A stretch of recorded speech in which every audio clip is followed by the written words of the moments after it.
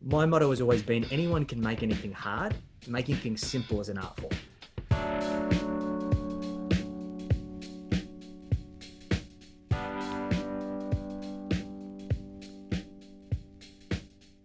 Hi there, Salena Kulkarni with another episode of the Freedom Warrior podcast. Each week I share with you the strategies, interviews and people's stories around the topic of wealth and financial freedom.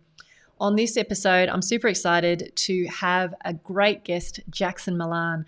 He is one of the most passionate, most outspoken speakers on the topic of wealth and wealth creation. He's someone who has a really interesting path. He discovered very early on in his career that the traditional financial planning path just wasn't for him. He started in an environment very similar to Wolf of Wall Street and has since, over the last 10 years, created a coaching business for business owners, which teaches them how to get the foundations right in order to build wealth with ease. In this interview, he shares his own journey, shares the pains and struggles that he's had to overcome in order to create financial success for himself, and that he now shares with business owners to help them on their journey around wealth creation. Now, for those of you who'd like to learn more about financial freedom through alternative methods, please head over to my website, freedomwarrior.com.au, where you can access my library of articles, interviews, and programs to help you on your way to becoming more financially free. Now on to the show. Yeah, Jackson Millan, so great to have you on. Thank you so much for carving out time in your day for us. Looking forward to having a chat, Salena. So look, I've been a long admirer of yours now, and it's been really great to get to know you in recent months. I think one of the things that kind of stands out for me as a metaphor for not only how you think and how you do business is a complete dynamo. You are a machine when it comes to innovating and thinking up new things around the concepts of wealth. And what I loved about connecting with you is philosophically how similar our thinking and mindsets are. So if you don't mind, I'd actually like to maybe try and reveal a side of you today that maybe people wouldn't have heard.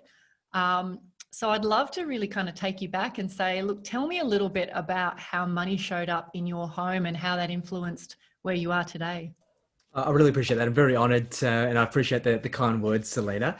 Now, I think I never came from a family of money, should I say. There was never a lot of money around, to be honest. I found that my parents and all of the people around me growing up always struggle with money.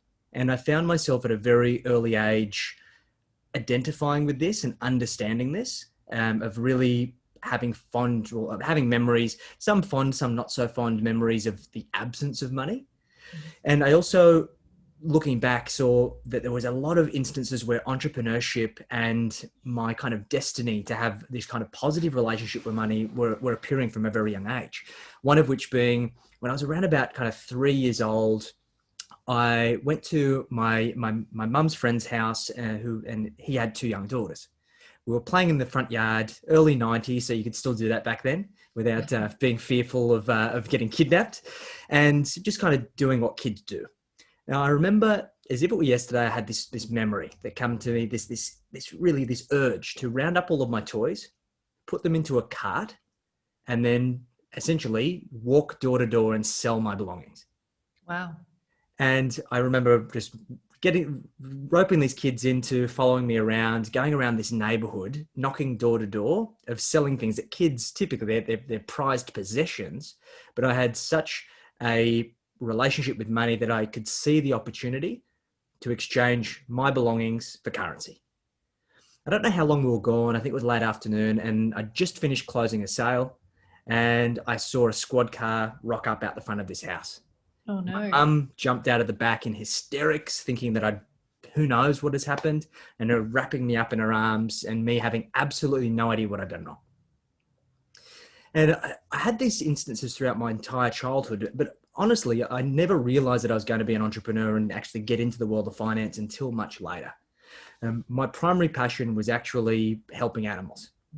Wow. I wanted to be a vet, and my entire childhood, one of my earliest memories of what I wanted to do with my life was to be a vet. But I got to a point where I had a career counselor who gave me some really tough advice. They said, Jackson, you've never applied yourself at school.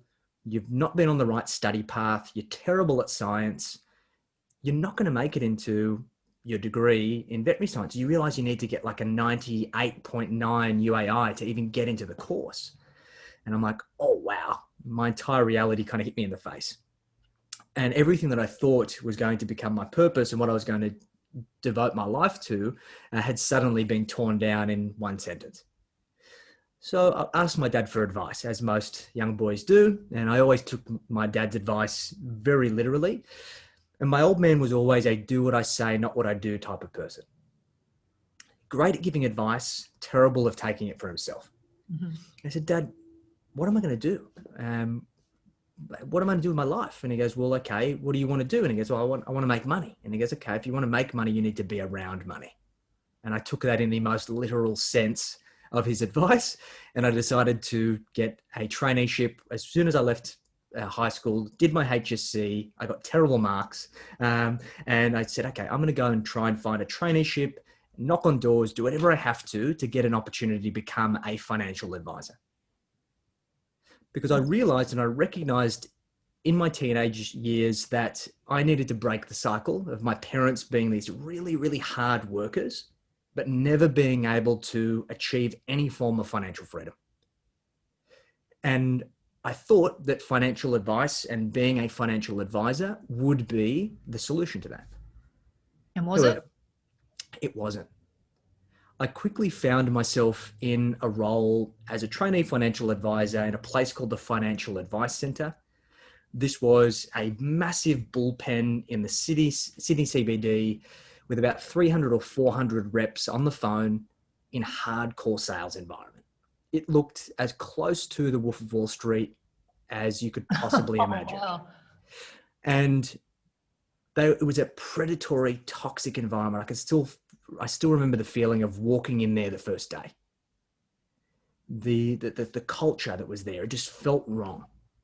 And what I thought financial advice was to what I'd come into was this stark contrast. And what I could see is these individuals that were on the phone, closing sales, making this big deal and hoo-ha whenever they close sales, ringing bells and screaming and carrying on. And I could see that they were benefiting from this so-called advice they were giving to their clients, but they weren't firstly practicing the same advice they were giving their clients. They were doing things that were completely different, which seemed very weird to me. And from what I saw, none of these clients were anywhere, any way, shape or form getting closer to financial freedom, where these individuals who were getting these huge commissions were driving around in nice sports cars and living in penthouse apartments in the city. So I realized, I go, wow, this is not where I'm supposed to be. And I kept searching and I couldn't find a place that mirrored what I thought financial advice was supposed to be. So I took it upon myself to design what I refer to as the values-based advice model. And it's been basically our flagship and my kind of life's mission to really change the landscape of financial advice in Australia. So 14 years later, here we are. Fantastic. What a great story. Funnily enough, I actually grew up with a passion for wanting to be a vet as well. Fantastic. Unfortunately, I didn't go down that path because I couldn't actually stand the sight of flesh on dogs being cut for desexing operations, but sure. That's another story. Look, fascinating story. I think one of the threads I'd like to pull on there is, you and I often talk in terms of being quite contrarian in our views and approach to wealth. From a philosophical viewpoint, one of the things I think the wealth industry does very well is they set out to make building wealth seem hard. Where are you philosophically on that point? I fundamentally don't agree with it. And I think that this has turned into a vicious cycle, Salena, where the industry has been built based on complexity, and the complexity has created an industry that relies on that complexity to be able to validate their value, their worth to their clients. Like, Salena, you can't set up that super fund. I have to set that up for you. You don't even have access to be able to manage your portfolio. I have to create that portfolio for you. Oh, you want to sell down that asset? Okay, I need to do that for you. And it's ultimately meant that the majority of value exchange is not real and tangible value for clients, which is something that I fundamentally disagree with. My entire value proposition and what I wrote about in my book a few years ago was to demystify and debunk a lot of the common misconceptions that people have around money. And money, when you boil it down, is not difficult. It is simple. And but it's simple if you approach it from the right way. My motto has always been, anyone can make anything hard. Making things simple is an art form. And I've devoted the better part of the last decade to simplifying the language of money. So everyday people, particularly business owners, have the ability to understand money and learn how to make it work for them. And it's something that I think that it is not a threat. It is not a threat. As an advisor, you should not be threatened by simplicity. Simplicity is the ideal outcome that you want to get for your clients. And the idea should be that if things are simple and your clients still see value in your service and are still willing and happy to pay for your service, it means you're doing the right thing. Because what we say to our clients is that, Salena, we give you the tools and we give you everything that you need to make us redundant if you want to. I love that. They never do. Yeah. Because they value the service so much. Let me take a different tack here. I think one of the things you mentioned early on was about your father. Say as I do as I say, not as I do. I think one of the things that, everyday consumers and business owners are looking for is alignment with, what you say and what you do, and whether you walk your own talk. If we look at you and your own investing journey, if you look at your own stewardship around money and you've talked about, overcoming maybe some beliefs that you might have had when you were younger. How has that changed, on that topic of stewardship? It's changed hugely. Very early in my career, I very much inherited my parents' beliefs. And I believe that most of us inherit the way that we manage money from either our parents or from our own first-hand experiences that we've had. And for a very long time, I was a do what I say and not what I do advisor. But I got to a point in my life and I realized that something needed to give. Like, did I want to look back on my career and be able to say, okay, well, I'd helped all of my clients achieve all these phenomenal outcomes, but I wasn't able to achieve the same results for myself. Like, in my opinion, there's no better validation of success than being able to prove that you've done it yourself. And I haven't always been lucky or successful with money. My first serious business was a massive failure. I was kicking a tin down the road, and it wasn't until years later, after I'd invested multi-six figures into that business, that I realized that I was dragging a dead horse. One, it was something that I wasn't passionate about. It was actually a men's fashion business. That basically the idea came about when my old man got diagnosed with late stage cancer. I then became the primary breadwinner for the household. And my genius idea was not to double down on my advice career, because I was working for a bank at the time and I couldn't see the opportunity, but to start a fashion business from scratch with no designing experience, no e-commerce experience. Basically threw myself into the deepest of the deep end, and it was out of necessity. Now, we got through, but when I got out the other side and I really asked myself, was I passionate about that business? No, it was a means to an end, and it was pure pursuit of profit, which in actual fact, it didn't produce for me. So I was able to say, okay, I'm going to concede defeat. I'm going to swallow my ego, swallow my pride. I'm going to wind up the business and admit failure, and I'm going to claw my way back. And then I decided that I'm going to selfishly create an advice model that is for me. How do I, somebody who's come from humble beginnings, been taught not necessarily great values around money, and has struggled myself, how do I selfishly create an end-to-end advice model that is simple, sustainable, and scalable? And that became my values-based advice system that I follow each and every single day, and has ultimately made me millions and made my clients over $1.2 billion in combined wealth over the last decade. Phenomenal. If you think about your own journey as an investor, what's been your biggest struggle or tension around that wealth building exercise? Yeah, I think the big one is that early in my career, being a highly dominant young male, still looking for get rich quick. Yeah. Like in my book, I talk about my own experience trading CFDs, and thinking that I had it all mapped out, thinking that I'd unlocked the secret to being a genius trader, and doing a lot of damage. And then it was when I created my values-based advice model, I quickly realized that fundamentally there are three ways to make money in this world predictably. There is business. Owning your own business and scaling your own business will always be, if you do it successfully and do it the right way, the number one contributor to your wealth. Like, success leaves clues. Look at any rich list in the world, and the majority of those people are there because of business. Yep. So that must be a good indicator, right? But business is risky. So as part of my model, I designed a mechanism for converting business profit into personal wealth. And I personally believe that as you're building a foundation, and until such a time as you can divest yourself from your business and create more bandwidth, personal wealth should be passive.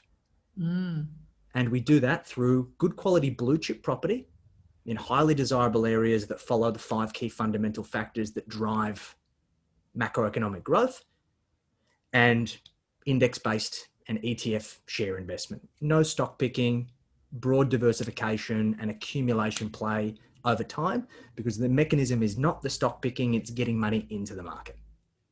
Yeah, I love that. That's amazing. Tell me, people would probably look at you and a lot of your collateral and marketing materials, and they would say, boy, he's got it easy. How would you respond to that? Look, it's not been easy. Anybody who tells you business is easy is a liar. There is nothing easy about business. And to be honest, although wealth can be simple, it's not easy. And I think that the thing where the complexity and the risk comes is human behavior. All of us are all driven, and the biggest limiting factor in our lives is always ourselves. And the success or lack thereof you have in your business, or the success and lack thereof you have in your personal wealth creation, all starts up here in your mindset. And I think and a lot of the work we do with our clients initially is about how do we build what we call the $1 million mindset.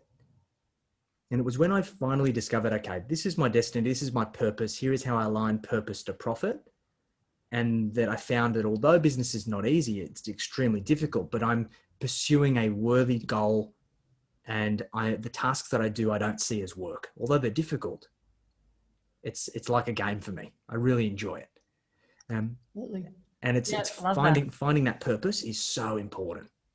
So nothing comes easy. It's just about perseverance that counts. Yeah, no, I can totally appreciate that. I'm curious to understand, like, there's obviously a lot of uncertainty in the market. There's a lot of business owners in a lot of pain right now. If you were to just pause and reflect on, where you see the greatest opportunities over the next 5 to 10 years for business owners, how would you reply to that? Yeah. So there's really 3 key fundamentals that we use. So our model is what we call the wealth mastery machine. It's the model that we use ourselves as business owners. And there's really 3 key outcomes that we're trying to create. We're trying to maximize profit in our business. So ideally, we want to at least create $400K a year in profit. And that is after you've paid yourself a market rate salary. Next thing is about creating free time, because bandwidth is our rarest commodity. Time is the only thing you're not getting any more of. So how do we get you to a point where you can work 4 days a week and 44 weeks a year? So we worked it out that we've got a budget per year of about 7,040 hours to achieve that goal. So how are you using that time? And the third thing is wealth. Are you maximizing the profit that you're creating to build personal wealth, with the ultimate objective of trying to build at least $4 million of net wealth outside of your business? So those are our North Stars. So the big question for you, and if you're a business owner at the moment, ask yourself, how are you working towards those 3 goals to create more profit, more free time, and more personal wealth? And the follow-up question to that, and one of our mentors uses this saying a lot, is, and it's something that I've adopted, is, does it make the boat go faster? The reality is those are the goals. So is the activity and the things that you're investing in leading you closer to those goals and objectives, or is it taking you away? Because there are plenty of shiny objects out there. And I think the biggest risk for everyone, and I've seen this in many businesses over the course of the last 6 months through this coronavirus situation, is people have pivoted, but they've pivoted the wrong way. Can you expand on that? Well, I think that there's been so much emphasis on pivoting. You can't stay still. You need to move. You can't stagnate. We need to pivot and innovate and shift our direction. But unless you're clear on the North Star for you, it's sometimes very difficult for you to know whether you're pivoting the right way. And we've seen some businesses pivot in the complete wrong direction. They've actually pivoted in the direction where the market hasn't been conducive to allowing them to succeed, grow, and thrive in that environment. So firstly is, do you have a good foundation in your business? Have you got the ability to achieve that profit goal and continue to succeed over the course of the next 12 months and beyond? Then once you've got that, then how do you maximize your time? So you're spending time on the high value. And then once you've got that, how do you make sure that you diversify and then convert your business profits into personal wealth so you can start taking chips off the table? Start considering some of the property strategies that you specialize in, Salena, because you need that bandwidth to be able to go through that due diligence process, to learn the tools and be able to start building that passive income stream out of your business, because there's a lot of uncertainty out there. Yeah, a lot of gold in that. I want to really kind of just finish off, Jackson, with a question around, like, you know, who are the businesses that you work with? Like, who's a great fit for what you do? Yeah, we work exclusively with service-based business owners. So most of our clients are coaches, consultants, agency owners, allied health professionals, fitness businesses. We work with individuals who align with purpose, that really want to be the best at what they do. And they have already got a proven offer, that they really love their business and they're delivering a ton of value, but their business isn't necessarily producing them the amount of profit, the amount of cash flow, the amount of opportunity that they feel they should be making at this stage of the game. What we help them do is we help them remove cash flow bottlenecks in their business that are either detracting from their growth or consuming their precious cash flow. We help them maximize that profit, and then we help them turn that business profit into personal wealth so they can get to financial freedom as quickly as possible. Yeah, love that. Look, we'll certainly include it in the show notes, but for anyone listening to this podcast in a place where they can't write it down, do you have somewhere in particular you'd like to send people? Yep. So we've got a really great free Facebook group that we share a lot of great value. So if you search for 6 and 7-figure CEOs turning business profit into wealth, we'll include a link to the community, or connect with me on Facebook. Search for Jackson Millan on Facebook. Add me as a friend. I share a lot of great content all of the time. I'm a big believer in the content piece of just giving people just those little bits of information that they need each day, each week, that helps them make those micro adjustments to keep them on the right path. Love to connect, see how I can help. Jackson, it's been awesome having you on today. You are an absolute fountain of knowledge. I might have to actually bring you back for a second episode in the future just to mine a little bit more of that. I'd love to. Thanks so much. Thanks for listening to the Freedom Warrior podcast. First of all, if you enjoyed this episode, please don't forget to subscribe to avoid missing out on future episodes. If you're interested in fast tracking towards being financially free, go to freedomwarrior.com.au, get in touch, and look forward to catching up with you next time. Take care.